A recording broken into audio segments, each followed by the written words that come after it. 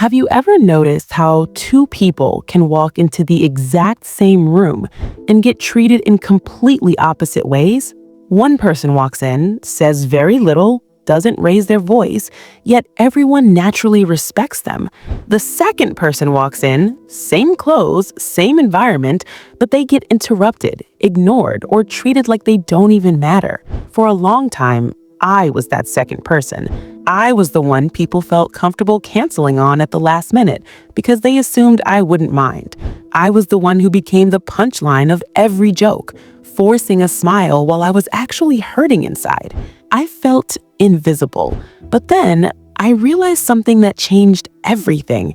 I discovered that I was doing one specific thing wrong. And the moment I stopped doing it, the dynamic flipped. The same people who used to treat me like trash suddenly started treating me with caution and respect. They stopped interrupting. They stopped canceling. It wasn't because I became mean, and it wasn't because I started yelling. It happened simply because I stopped sending the wrong signals. Today, I am going to break down that one major shift, plus 3 other behaviors you need to eliminate immediately if you want to command respect. Forget the generic advice about posture or fake confidence. These are psychological shifts that actually work in the real world. But first, you have to understand the core mechanic here. Disrespect is never random.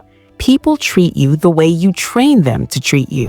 You are broadcasting unconscious signals that say, "It is safe to mistreat me." Once you cut that signal, the behavior changes. Let's dive into the 4 signals you need to stop sending today, starting from the easiest to the most powerful. Signal number 1, the emotional reaction trap.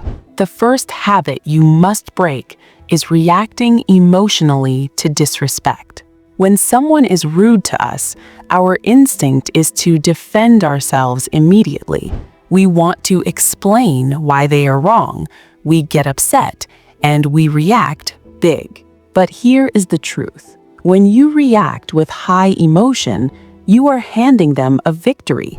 You are proving that they have the power to control your emotional state. So, what should you do instead? You need to master the pause and name technique. When someone disrespects you, look them in the eye and say one calm sentence. "That was disrespectful." And then, this is the key, you stop talking. Do not explain why it was rude. Do not yell. Just let those words hang in the air. This is incredibly powerful because people expect you to either explode or roll over. When you do neither, when you simply mirror their behavior back to them calmly, they panic. It makes them uncomfortable. I had a friend who used to mock my job constantly in front of our group. I used to laugh it off to keep the peace, but that just made it worse. One day, I decided to stop playing along. The next time he made a joke, I looked at him and said, "That is disrespectful." I didn't smile. I didn't add anything else. The entire room went quiet, and he apologized immediately. Why did it work? Because I refused to play his game. Try this. The next time someone crosses a line, simply say, "That's rude," or "I don't appreciate that," and then embrace the silence. Watch how quickly their attitude adjusts. Signal number 2. The availability paradox. The second behavior you need to stop is being too easy to reach. If you are always available, you are accidentally telling the world that your time has no value. Think about a high-level specialist or a doctor. Do they see you the second you walk in? No, they make you wait.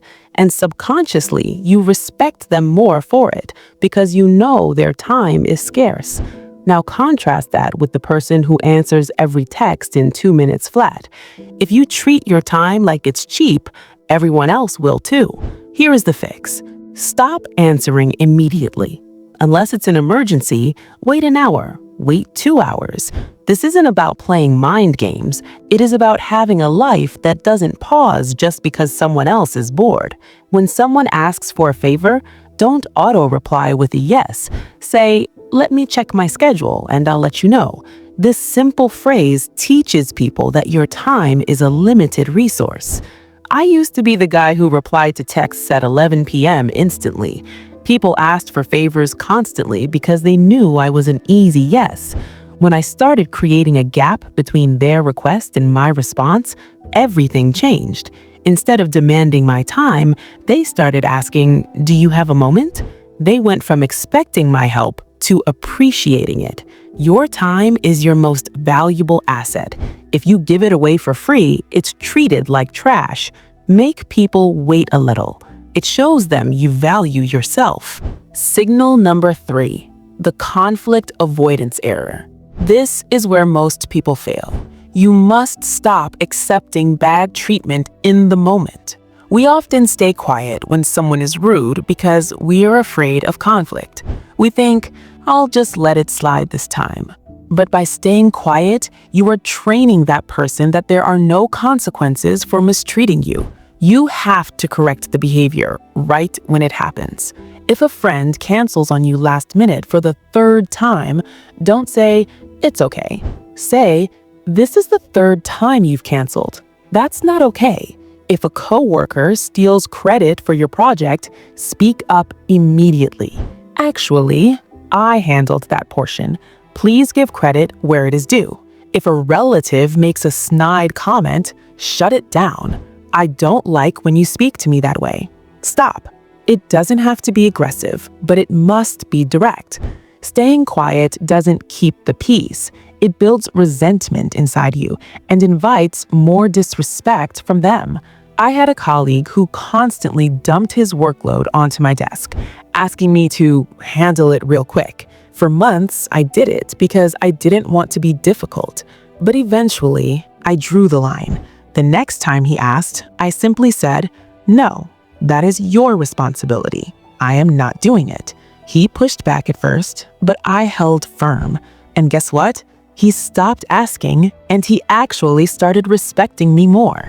People respect boundaries, even if they test them at first.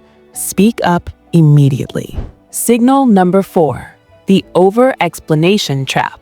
This final signal is the most subtle, but also the most damaging. Stop trying to prove yourself. Stop explaining why you deserve respect. Stop over-justifying your choices.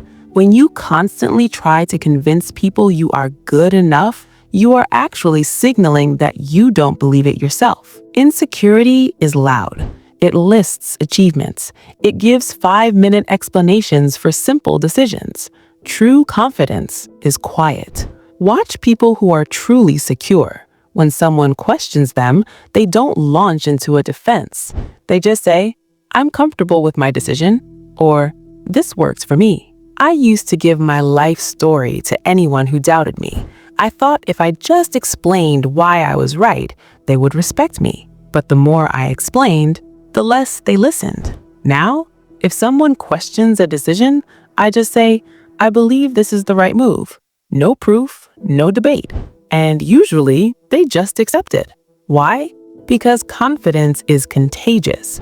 When you act like you don't need their approval, they tend to give it to you. Your worth is not something you have to prove. It is something you own. You just exist, and that is enough. Here is the secret that ties all of this together. You don't need to learn new tricks to be respected. You just need to stop the behaviors that make you look weak. Stop reacting. Stop being too available. Stop accepting bad behavior. Stop over-explaining. When you strip those habits away, what is left is your real, strong self. So, I have a challenge for you. Pick just one of these 4 things to focus on today. Maybe you will choose to wait before texting back. Maybe you will choose to calmly call out a rude comment. Do it once. Watch how it feels. Then do it again tomorrow. In a few weeks, it will feel natural, and you will notice that people treat you completely differently. You have everything you need to be respected right now. Stop waiting for permission. Claim it.